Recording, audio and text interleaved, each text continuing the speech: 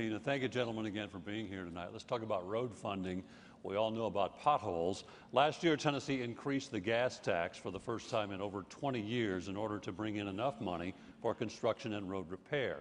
As you both well know, the gas tax is the only revenue source going toward building new roads and improving roads, and clearly it was not enough. If the road fund is depleted again, would you consider raising the gas tax again in order to keep roads repaired? Mr. Dean. Yeah. I certainly supported Governor Haslam on the Improve Act, which resulted in higher taxes at the pump.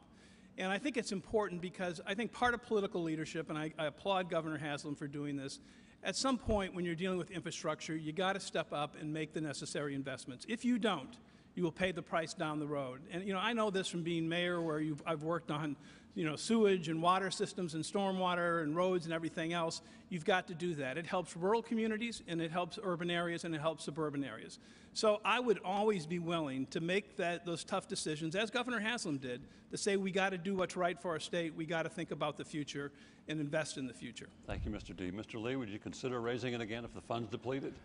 Let me first say that investing in infrastructure is absolutely important. Roads and bridges and highways are arteries of prosperity. Economic development depends on that.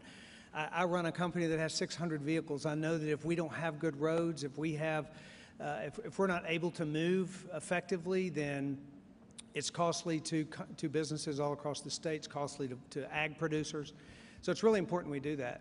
The transportation industry is dramatically changing, and we will have less and less fuel usage in the years ahead as we move to other forms of transportation. So relying on fuel taxes to fund transportation in the future is not the direction that we will be going. It's not about a choice. We won't have that option.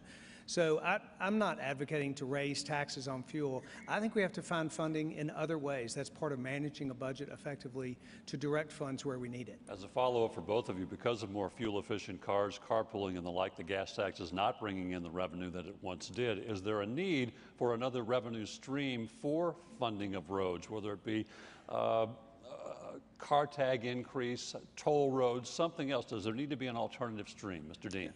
I think we're going to have to, as time goes on, look for additional sources of revenue for roads, because if all goes well, we're going to be less dependent on gasoline, and we'll be less able to get revenue from that.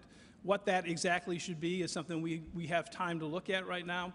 But I do want to stress this idea about infrastructure.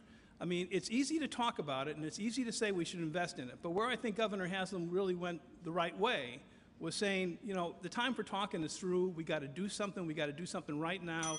And the reality is we have to make these investments. And you were saying basically, if needed, we would increase the sales tax or the gas tax. If that's the only choice we have, sure.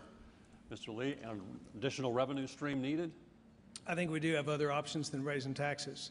I think we do that by effectively managing our budget. In a business, you manage a budget or you go bankrupt. In government, if you don't manage a budget well, then you just resort to raising taxes.